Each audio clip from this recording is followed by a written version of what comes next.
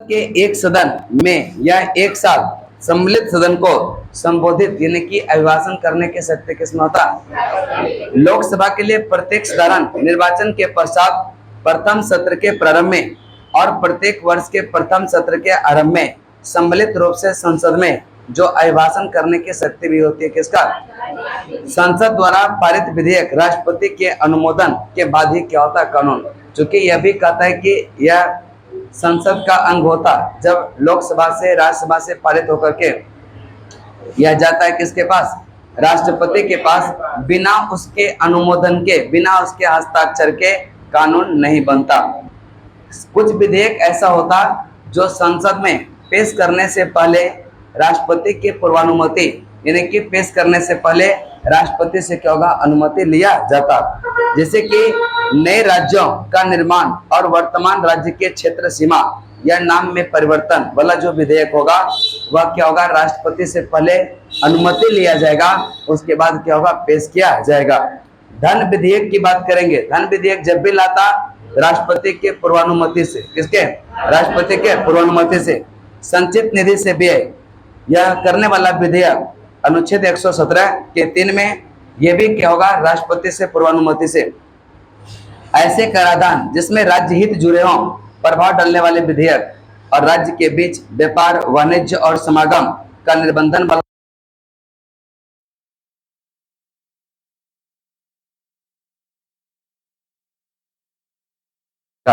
यदि किसी साधारण विधेयक पर दोनों सदन को में कोई जो है असहमति है तो उसे सुलझाने के लिए राष्ट्रपति दोनों सदनों की संयुक्त बैठक क्या होगा? बुला सकता है। साधारण बहुमत से अगर कहता है कि कोई साधारण बिल है और कोई विवाद हो जाता है दोनों सदनों के बीच में, तब क्या होगा? वह उसके लिए क्या होगा? संयुक्त अधिवेशन बुलाएगा। कौन?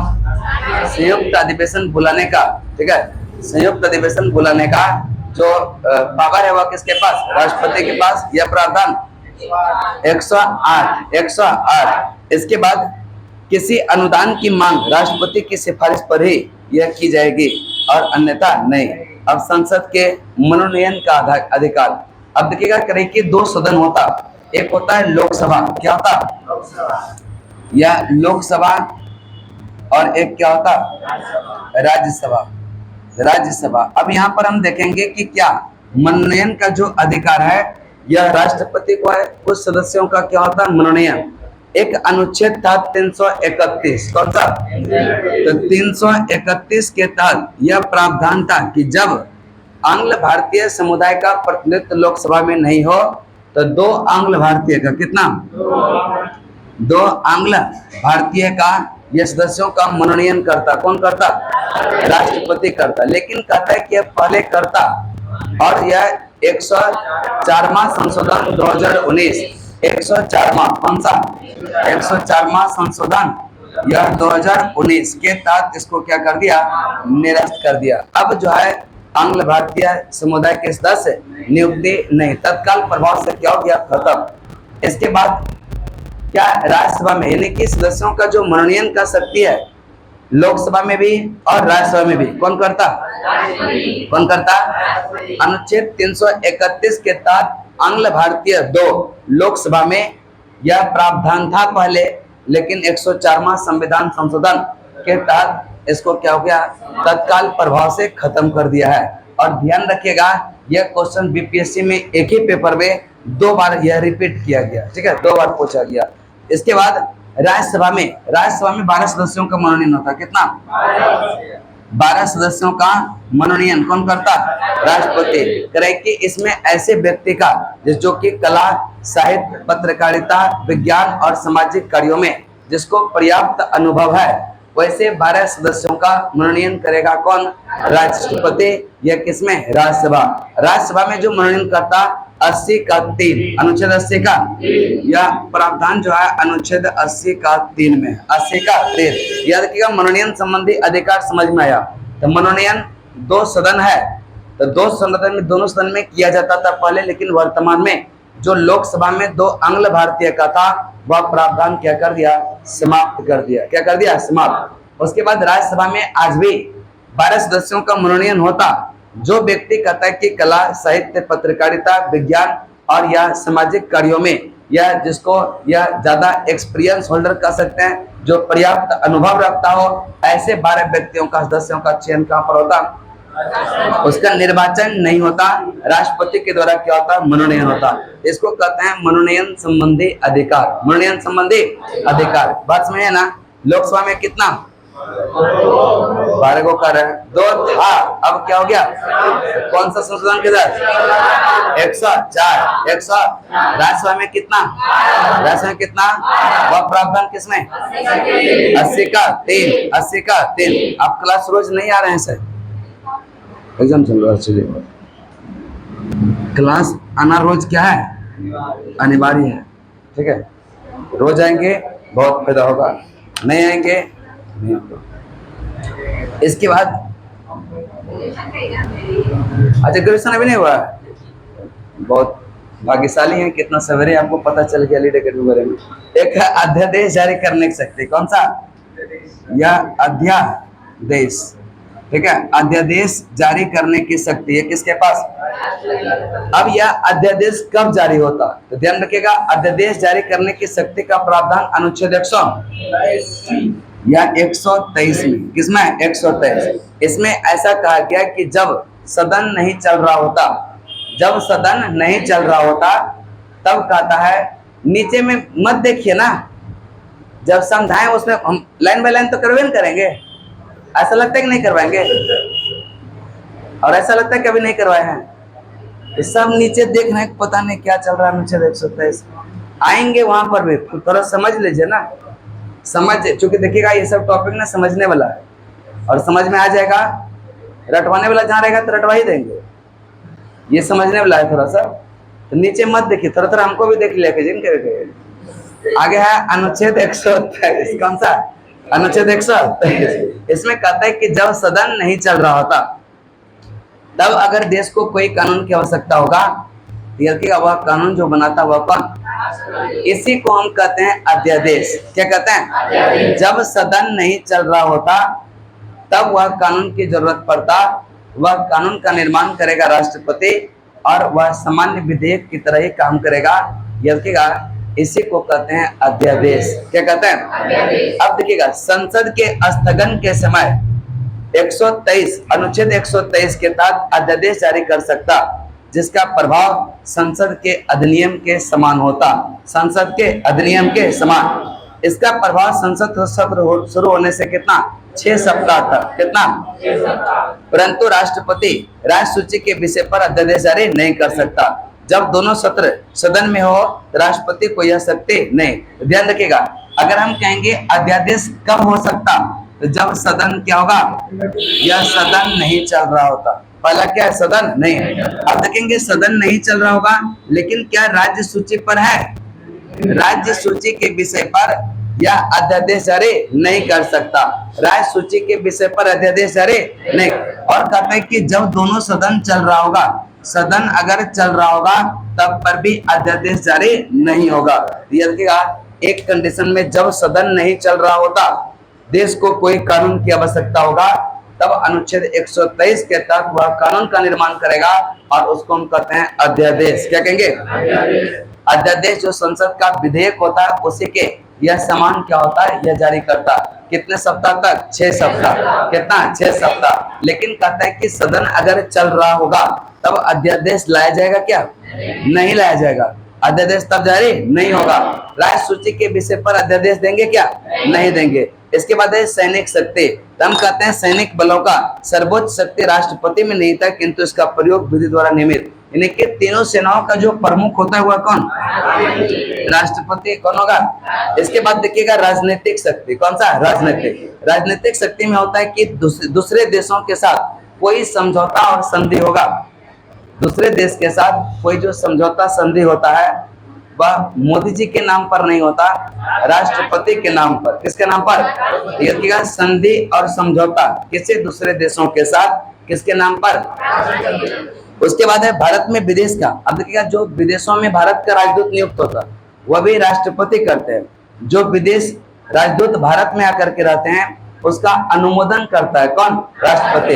ये सब आता है राजनीतिक शक्ति में। किस में आता, राजनीतिक शक्ति। अध्यादेश मतलब हो गया क्या, जब सदन नहीं चल रहा होता, अनुच्छेद 123 के तहत कानून का निर्माण करेगा, 6 सप्ताह तक वैलिडिटी रहेगा। सदन चल रहा होगा तो नहीं होगा, ठीक है। सदन चल रहा होगा तो अध्यादेश नहीं लाए, राज्य सूची पर नहीं होगा। फिर हम बोले सैनिक शक्ति, करेक्ट, सैनिक शक्ति सारे तीनों सेनाओं का सर्वोच्च सेनापति कौन होता? और कहे कि सर्वोच्च शक्ति राष्ट्रपति में ही निहित होता, और इसका जो यह प्रयोग करेंगे वह एक विधि द्वारा होता। इसके बाद राजनीतिक शक्ति में हम क्या बोले कि जितने भी दूसरे देशों के साथ संधि समझौता जो भी होगा वह क्या होगा, यह राष्ट्रपति के नाम पर भारत के व्यक्तियों को दूसरे देशों में जो राजदूत नियुक्त करेगा उसका इसका काम होता, और दूसरे देश का जो भारत में राजदूत रहेंगे उसका अनुमोदन करने का काम कौन? इसके बाद है क्षमादान। कौन सा? क्षमादान की शक्ति किसमें है? क्षमादान है अनुच्छेद 72। क्षमादान अनुच्छेद 72। संविधान के अनुच्छेद 72 के अंतर्गत राष्ट्रपति को किसी अपराध के लिए दोषी ठहराए गए किसी व्यक्ति को दंड को क्षमा करने, उसका प्रविलंबन, परिहार और लघुकरण की शक्ति प्रदान करता। सबका मीनिंग अलग अलग होता। अब देखिएगा करें कि क्षमादान की बात करेंगे तो यह कौन सा? यह अनुच्छेद 72 अनुच्छेद तो सबसे पहले है क्षमा। कौन सा? तो क्षमा शब्द जैसे आएगा ना, इसका मतलब माफ कर दिए, कितना बड़ा गलती है माफ कर दिए। इसका मतलब है क्षमा का अर्थ होता है कि उस व्यक्ति ने कभी अपराध किया ही नहीं था, अपराध किया यानी कि सारा कुछ माफ कर देना। क्षमा का मतलब होता है पूर्णतः माफ कर देना। इसका मतलब है कि उसने कभी अपराध किया ही नहीं। एक होता है लघुकरण। कौन सा? एक है लघुकरण। कौन सा? लघुकरण। इसमें देखिएगा क्या कहता है कि दंड की प्रकृति को बदल देता है। जिसे मृत्यु दंड है उसको क्या हुआ? आजीवन कारावास में। यानी कि दंड की प्रकृति, देखिएगा दंड की यह प्रकृति को ही क्या करता है? बदल देता है। दंड की प्रकृति को यह बदल देता है, ठीक है, यह बदल देता है। देखिएगा जैसे कि मृत्यु दंड मिला था, मृत्यु दंड, इसको हटा दिया, कम कर दिया इसको, और इसको क्या कर दिया? आजीवन कारावास। क्या कर दिया? आजीवन कारावास। यानी कि जो सजा है, सजा के प्रकृति को ही बदल दिया, वह है लघुकरण। कौन सा? क्षमा में क्या था? क्षमा में सब खत्म, कोई तकलीफ की बात है ही नहीं, उस व्यक्ति ने कभी अपराध किया ही नहीं था। अभी बोले लघुकरण। लघुकरण का मतलब होता है कि दंड का स्वरूप को ही बदल देता। मृत्यु दंड मिला है वही बदल दिया, मृत्यु दंड नहीं मिलेगा, उसके बदले में क्या होगा? आजीवन। उसको घटा कर क्या होगा? आजीवन कारावास। इसके बाद एक होता है परिहार। कौन सा? परिहार में कहता है कि दंड की अवधि को, परिहार। कौन सा? परिहार में कहता है कि अवधि कम करता। कौन सा? यह अवधि को क्या होगा? कम। दंड के स्वरूप में बदलाव नहीं है, दंड के स्वरूप वही रहेगा, अवधि को क्या करता है? घटा दिया जाता है। अवधि को क्या करता है? घटा। जैसे कि आजीवन कारावास है, उसको घटा करके 6 महीना कर देगा, साल भर कर देगा। जैसे 3 साल का सजा है 1 साल कर दिया, इसके अवधि कम करना परिहार। अवधि कम करना। एक होता है प्रविलंबन। कौन सा? प्रविलंबन का मतलब कर रहा है कि यह प्राय प्रविलंबन। कौन सा? प्रविलंबन। और प्रविलंबन का अर्थ होता है कि जिसको मृत्यु दंड प्राय उसी में यह जारी होता है, यह प्रविलंबन करे कि उसको समय देता कि ताकि क्षमा याचना, जो दोषी होगा वह क्षमा याचना कर सके। यानी कि इसको क्या करता है? प्रविलंबन, लेट करता है, विलंब करता है, ताकि जो क्षमा यानी कि जो दोषी व्यक्ति है, दोषी व्यक्ति क्या कर सके? यह क्षमा याचना कर सके, क्षमा याचना कर सके। इसके बाद एक होता है विराम। कौन सा? विराम में कहता है कि विशेष स्थिति में, विशेष परिस्थितियों में उसकी सजा को कम कर दिया जाता है। सजा को क्या करता है? रोक दिया जाता है। विराम का मतलब क्या होता है? रोक दिया जाता है। जैसे गर्भवती महिलाएं हैं, जैसे गर्भवती महिलाएं हैं, उसके सजा को क्या करता है? कम कर देता। यहाँ पर क्या होगा? सजा को कम कर दिया। क्या कर दिया? सजा को यह कम। हमको लगता है कि चारों पांचों पॉइंट आपको समझ में आ गया होगा। पहला कौन सा? क्षमा, दूसरा लघुकरण, तीसरा परिहार, चौथा प्रविलंबन और पांचवा विराम। नहीं समझ में है क्या? अब देखेंगे, जैसे हम बोलेंगे क्षमा, क्षमा में क्या बोले कि सारा कुछ माफ, आपने कभी अपराध किया ही नहीं है। दूसरा बोले लघुकरण, इसमें बोले दंड के स्वरूप को ही बदल देता, दंड के स्वरूप को ही। परिहार, अवधि को घटा दिया, अवधि को घटा दिया। प्रविलंबन, लेट करता है ताकि जो दोषी है प्रायः उन कंडीशन में होता है जिसको मृत्युदंड की सजा मिला है। देखिएगा दोषी क्षमा याचना कर सके, इसके लिए क्या होगा? प्रविलंबन। क्या होता? और एक होता है विराम। विशेष परिस्थितियों में यदि वह क्या होता? सजा को कम कर देता, इसको कहते हैं क्या? प्रविलंबन। जब क्षमादान की पूर्व याचिका राष्ट्रपति की ने जो है रद्द कर दिया हो, तो दूसरी याचिका दायर किया जाएगा क्या? नहीं किया जाएगा।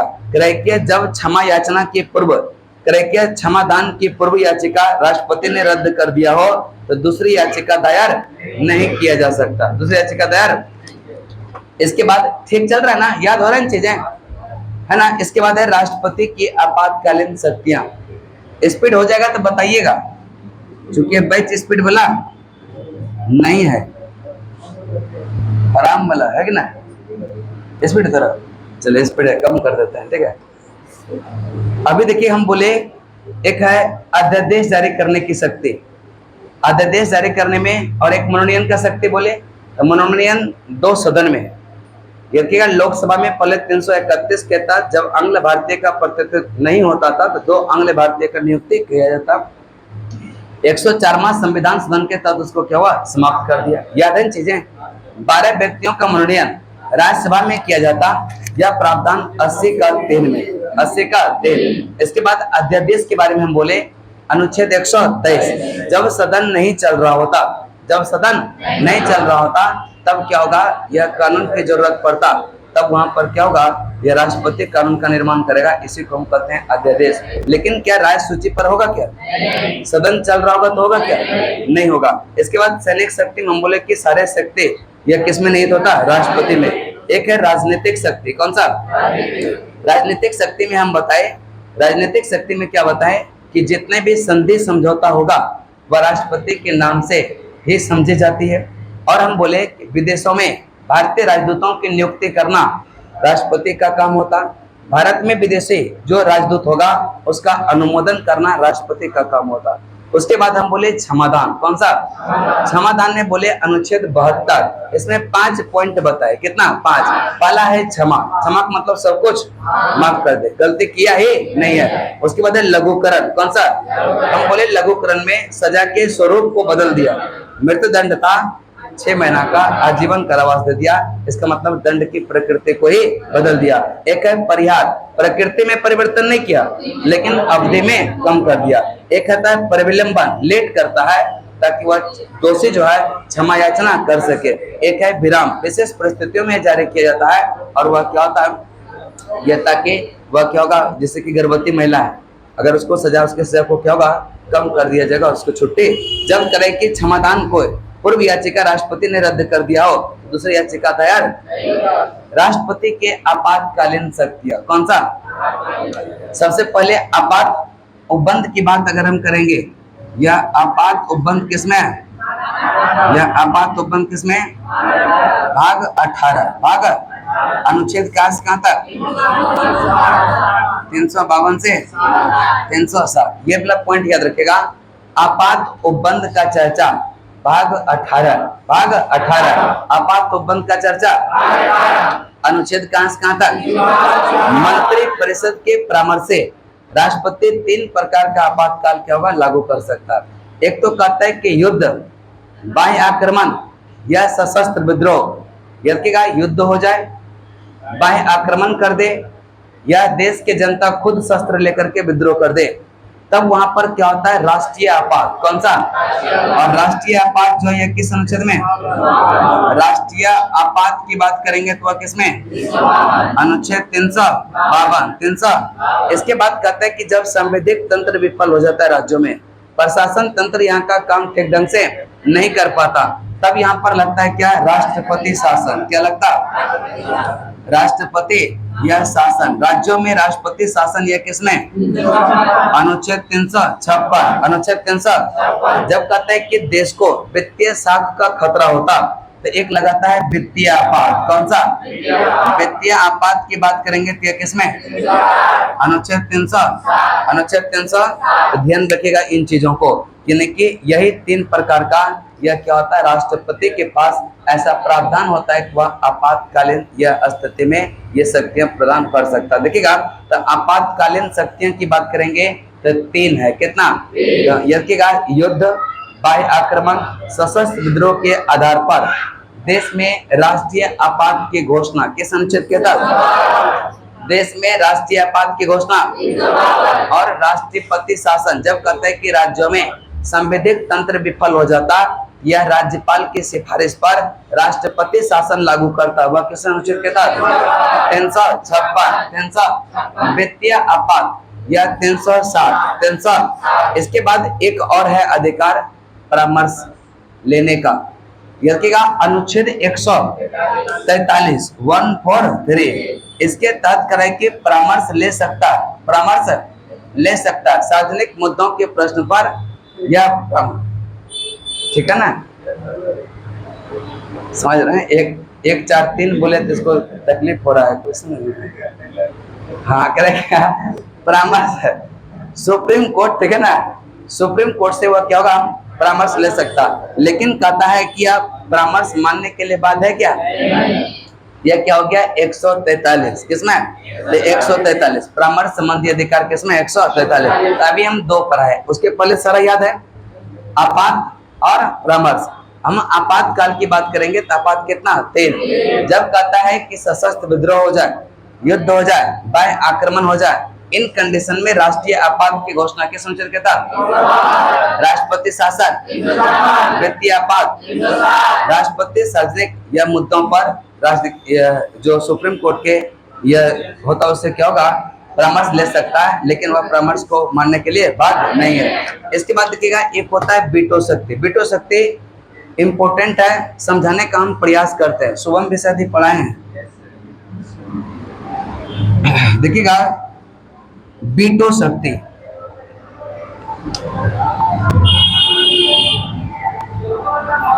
वीटो शक्ति पहले समझिएगा तब कुछ बोलिएगा, ठीक है? और हमको लगता है कि समझ में आ जाएगा, और पूरा समझने वाला टॉपिक है। अब देखिए, संसद द्वारा पारित कोई विधेयक तभी अधिनियम बनता जब राष्ट्रपति यह अपनी सहमति देता। ध्यान रखिएगा, सदन तो 2 चलता है ना, एक है राज्यसभा और एक लोकसभा। यह क्या होता है? राज्यसभा, और एक क्या होता? लोकसभा। अब करें कि यहाँ से एक सिस्टम होता है कि अगर कोई बिल राज्यसभा में लाए, लोकसभा में लाए, मान लेते हैं इस प्रकार से हम जा रहे हैं लेकर के, लोकसभा से कहाँ गया? राज्यसभा से। जब कहता है कि राष्ट्रपति क्या करेगा, यह अनुमोदन करेगा, राष्ट्रपति अगर साइन कर देगा, वही क्या बन जाता है? कानून बन जाता है। क्या होता है? कानून। यही हम देखेंगे कि जब राष्ट्रपति के पास कोई विधेयक जाएगा, वह क्या क्या कर सकता है, इसी को हम क्या कहेंगे? वीटो। अब देखेंगे कि जब ऐसा विधेयक राष्ट्रपति के पास सहमति के लिए प्रस्तुत होता, उसके पास 3 विकल्प होता। यानी कि कहने का मतलब है, ये राष्ट्रपति महोदय है, राष्ट्रपति महोदय, नीचे में है संसद, क्या है? यहां से पारित होकर के कोई विधेयक राष्ट्रपति के पास गया, तो इनके पास जो गया बिल, यह जो बिल गया, इसके पास कहता है कि 3 विकल्प होता है, A, B, C। अब 3 विकल्प मतलब है क्या? कुछ भी कर सकते हैं। 3 विकल्प का मतलब है ना कि कुछ भी कर सकते हैं। तो यह पहला, जब उसके पास बिल आए, वह स्वीकृति प्रदान कर दे, स्वीकृति प्रदान कर दे। दूसरा, अपने पास रख ले, अपने पास रख ले। और एक क्या होगा? पुनर्विचार के लिए, या पुनर्विचार के लिए क्या होगा? लौटा दे। ये ना 3 कंडीशन हो सकता। तो राष्ट्रपति के पास जब कहता है कि कोई विधेयक संसद से राष्ट्रपति के, नींद आ रहा है आपको? बताइए, क्षमा का मतलब क्या था? सबको याद है आपको छोड़ के? मतलब क्षमा कर दिए, माफ कर दिए, गलती किया है नहीं है, ठीक है? पर अभिलंबन का मतलब क्या? अच्छा, ऊपर विलंबन पर है, मृदन को करके आजीवन कारावास कर दिया, ऐसा बोले क्या? हम नींद में है आप, कहने सोते हैं रूम पे? रूम पे सोइए, यहाँ पढ़िए, यहाँ सोने देंगे हम, लगता है आगे है। और देखिएगा राष्ट्रपति के पास कितना ऑप्शन है? 3। कि स्वीकृति प्रदान कर दे, अपने पास रख ले, या पुनर्विचार के लिए।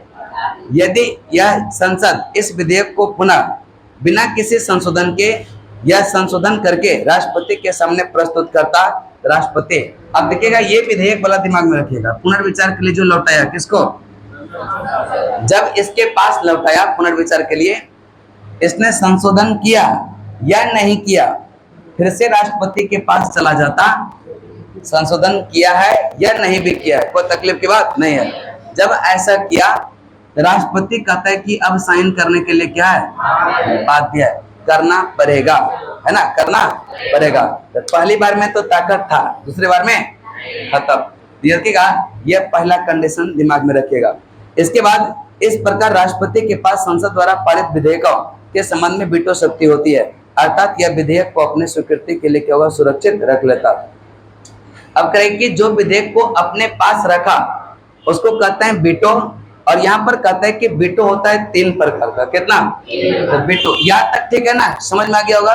इसके बाद देखिएगा वीटो कहता है कितने प्रकार का, 3। एक होता है अत्यंतिक, कौन सा, और एक होता है निलंबनकारी, और एक होता है, तो एक होता है अत्यंतकारी, क्या अत्यंतिक, कौन सा, या अत्यंतिक, अत्यंतिक वीटो, क्या होता है अत्यंतिक या वीटो, और एक होता है क्या, निलंबनकारी, निलंबन या कार्य, और एक होता है क्या, यह जेबी वीटो, जेबी वीटो। ध्यान से समझिएगा, एक होता है अत्यंतकारी और एक होता है निलंबनकारी, और एक क्या होगा, अत्यंतिक, निलंबनकारी और जेबी वीटो। देखते हैं क्या क्या चीजें हैं। देखिएगा अत्यंत, सब में देखिएगा प्रोसेस वही होगा। यहाँ भी राष्ट्रपति महोदय होंगे, राष्ट्रपति महोदय, और यहाँ भी राष्ट्रपति महोदय, और यहाँ भी राष्ट्रपति महोदय, इन्हीं के पास जाएगा ना, जाएगा कहाँ से, संसद से, संसद से, संसद से, है ना। ये जाएगा, बिल जाएगा कहाँ, राष्ट्रपति के पास, है ना, बिल कहाँ जाएगा, राष्ट्रपति के पास। अब देखिएगा संसद जब राष्ट्रपति के पास, हम कहेंगे अत्यंतकारी वीटो 2 केस में हो सकता। देखिएगा जब संसद में जाएंगे, संसद का भ्रमण करेंगे, वहां पर 2 प्रकार के सदस्य होते हैं, एक सरकार का आदमी होता और एक होता है गैर सरकार का, है ना। एक सरकारी आदमी, एक क्या होता है ना। तो कहे कि यह विधेयक जो होगा, यह अगर गैर सरकारी, कौन सा, यह गैर सरकारी या आदमी होगा या गैर संसद सदस्य होगा, अगर यह पारित करके कोई विधेयक राष्ट्रपति के पास जाएगा तो राष्ट्रपति मना कर देगा, उसको क्या करेगा, मना कर देगा, उस पर हस्ताक्षर नहीं करेगा। तो इसी को कहते हैं अत्यंतिक वीटो। पहला समझ में है ना, कि जब कोई गैर संसद यानी कि जो गैर सरकारी सदस्य है, वह जो है विधेयक को पारित करके राष्ट्रपति के पास जाएगा तो कानून बनाने के लिए मना कर देगा, कहेगा कि ना, ये क्या होता है, यही होता है अत्यंतिक वीटो। क्या होता है, एक केस और होता है इसमें, जब कहते हैं कि सरकार, यह सरकार, क्या तकलीफ हो रहा है क्या, कि जब सरकार, यह क्या होता है, पारित करके भेजता है राष्ट्रपति के पास, सरकार का आदमी है, सरकार ने पारित करके भेजा राष्ट्रपति के पास, राष्ट्रपति अभी साइन नहीं किया है और सरकार का विघटन हो जाता, यह सरकार का क्या होता, विघटन। उन कंडीशन में राष्ट्रपति उस पर हस्ताक्षर नहीं करेंगे, निलंबनकारी वीटो का प्रयोग वहां भी होता। 2 ही केस होता, एक गैर सरकारी सदस्य के द्वारा जब कोई विधेयक पारित करके जाएगा तब उस पर भी साइन नहीं करेंगे, सरकार के द्वारा जाएगा विधेयक, अगर वहां राष्ट्रपति के पास पहुंचा और सरकार गिर जाती है तब पर भी निलंबनकारी वीटो का प्रयोग करेंगे और उस पर हस्ताक्षर नहीं करेंगे। हाँ, अत्यंतिक, कौन सा, अभी ये नहीं चला रहे हैं, कौन सा, निलंबनकारी अभी नहीं गए हैं, अभी सिर्फ किस में चल रहा है, अत्यंतिक में, ठीक है ना।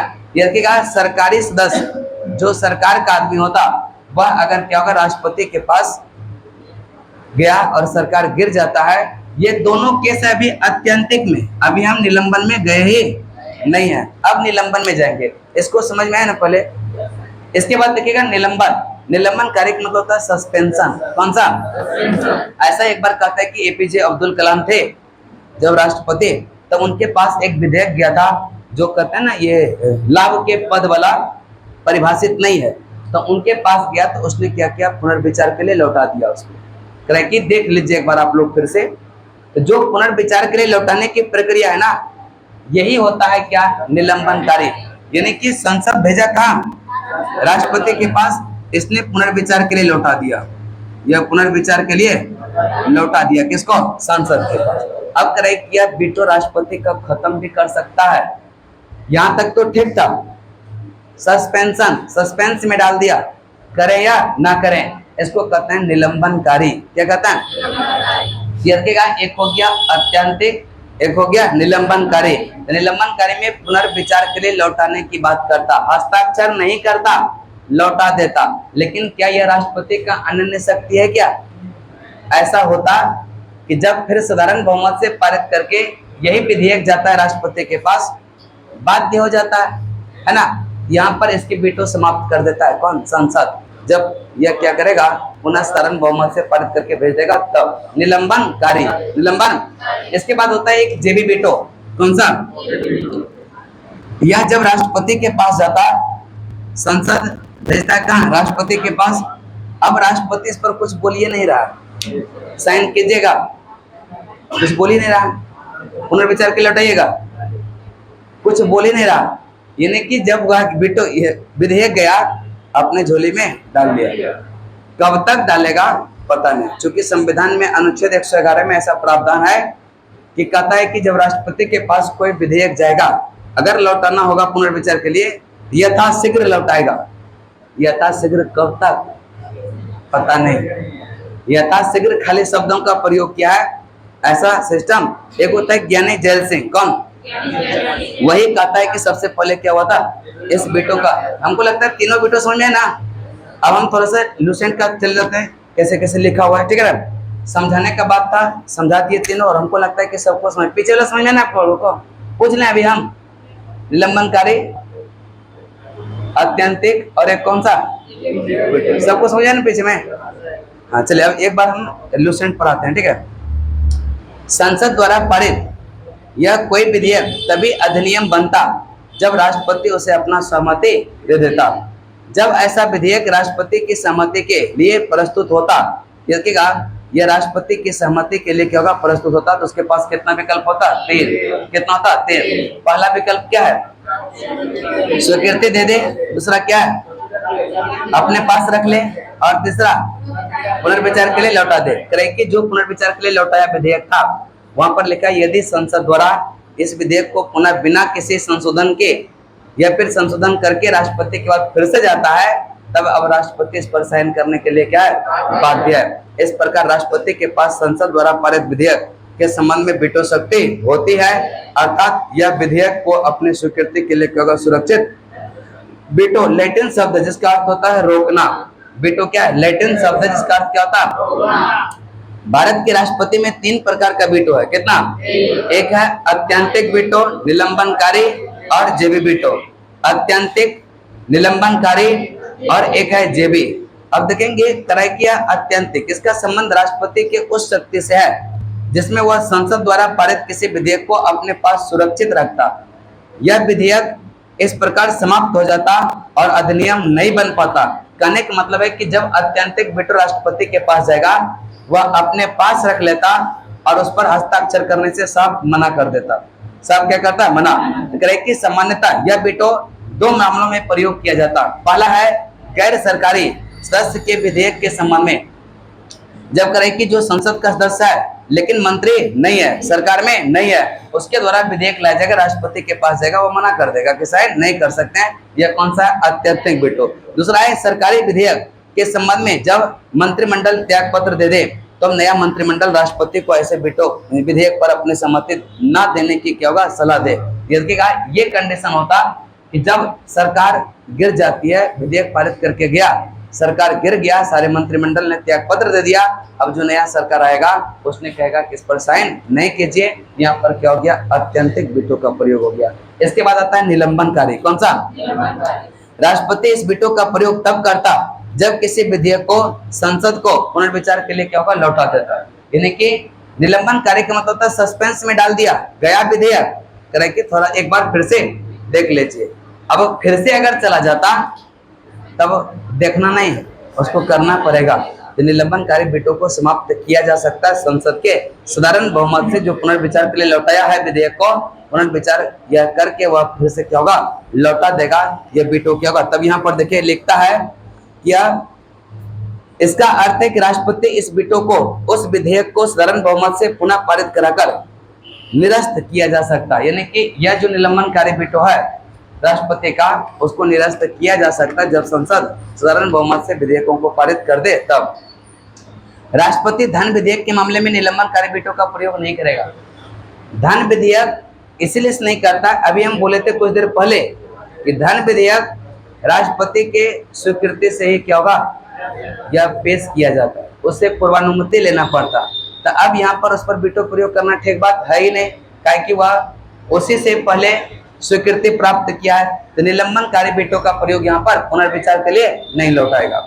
राष्ट्रपति किसी धन विधेयक को अपनी स्वीकृति या तो दे सकता या उसे रोक कर रख सकता, परंतु उसे संसद के पुनर्विचार के लिए नहीं भेज सकता। साधारणतः यह धन विधेयक पर अपनी स्वीकृति उस समय ही दे देता जब वह कहता है कि संसद में उसके पूर्वानुमति से क्या होगा, प्रस्तुत किया जाता। यह हो गया कौन सा, निलंबनकारी। इसके बाद आता है जेबी बिटो। कौन सा, राष्ट्रपति किसी विधेयक पर अनुमति देने या ना देने के निर्णय लेने की सीमा का अभाव होने के कारण राष्ट्रपति जेबी बिटो का प्रयोग करता। जेबी बिटो में वही होता कि है कि निर्णय लेने में वह सक्षम ही नहीं है, निर्णय लेता ही नहीं, कुछ देना है, लौटाना है, रखना है, बस चुपचाप गया और क्या कर लिया, रख लिया, और अनिश्चित कालीन तक रख लिया। इसको कहते हैं क्या, जेबी बिटो। क्योंकि अनुच्छेद 111 अनुच्छेद 100 यह कहता है कि यदि राष्ट्रपति विधेयक लौटाना चाहता तो विधेयक को उसे प्रस्तुत किए जाने के बाद यथाशीघ्र क्या होगा, लौटा। यथाशीघ्र शब्दों का प्रयोग क्या है, पता नहीं कब तक, निश्चित समय सीमा नहीं है। जेबी बिटो शक्ति का प्रयोग का उदाहरण भी दिया गया है। 1986 में संसद द्वारा पारित भारतीय डाकघर संशोधन विधेयक, जिस पर तत्कालीन राष्ट्रपति ज्ञानी जैल सिंह ने कोई निर्णय नहीं दिया। कि दोनों में विवाद होता था, राजीव गांधी और ज्ञानी जैल सिंह ने कि विधेयक भेजा और कहा कि हम कुछ बोलेंगे ही नहीं, चुपचाप रख लिया। 3 साल तक दबाए रखा। जब फिर नया राष्ट्रपति भी आया आर वेंकटरमन और नया सरकार आया, तब करे कि उसको पुनर्विचार के लिए लौटाया, लेकिन सरकार ने कहा कोई तकलीफ नहीं, इसको बंद कर दीजिए, खारिज कर दीजिए। यह क्या था, जेबी बिटो। कौन सा, जेबी बिटो। संविधान संशोधन में यह अधिनियम में राष्ट्रपति के पास यह कोई बिटो शक्ति नहीं है। संविधान संशोधन का जो विधेयक होगा उस पर पहले ऐसा प्रावधान था कि राष्ट्रपति बिटो का प्रयोग करते थे।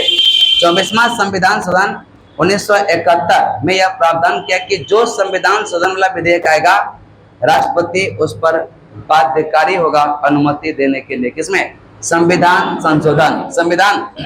अब यहाँ पर देखिएगा अगला टॉपिक है, क्या राज्य विधायिका पर राष्ट्रपति का बिटो है? क्या है, तो कौन सा बिटो है, अभी हम थोड़ा सा समझाने का प्रयास करते हैं।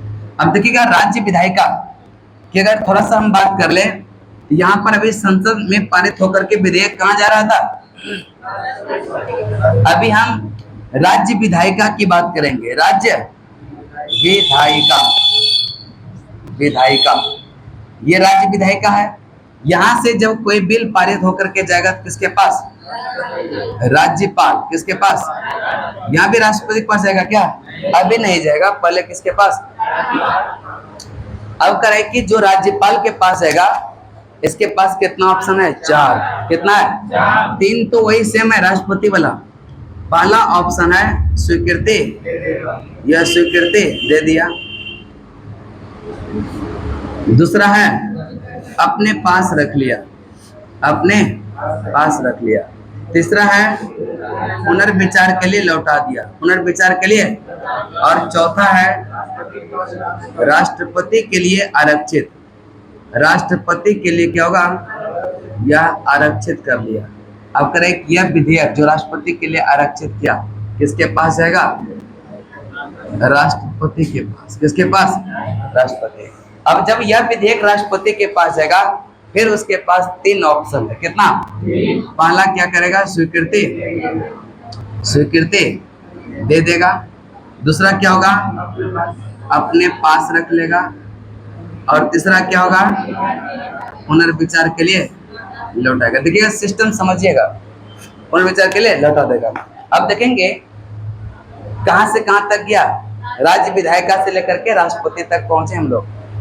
जब यह कोई बिल है पारित करके कहां गया, क्योंकि जब तक राज्यपाल हस्ताक्षर नहीं करता, जब तक राज्यपाल का अनुमोदन नहीं हो जाता, तब तक ऐसा माना जाता है कि वह कानून नहीं बनेगा।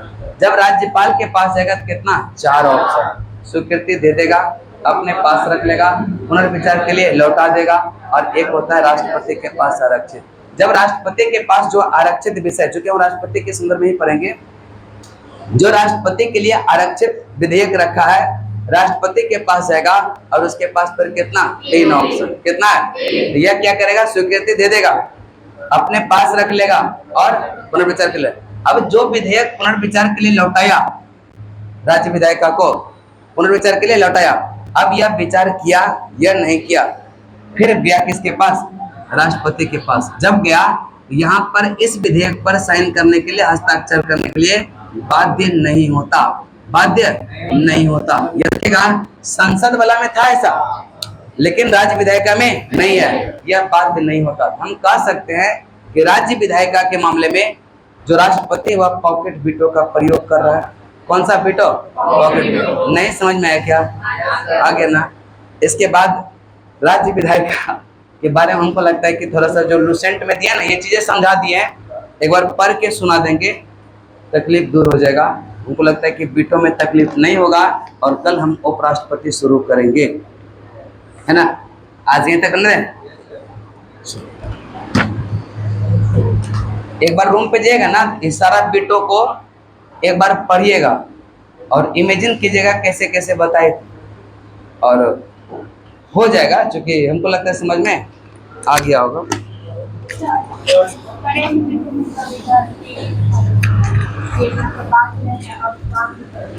कौन सा, राज्यपाल के लिए आया था वो, राष्ट्रपति के लिए अभी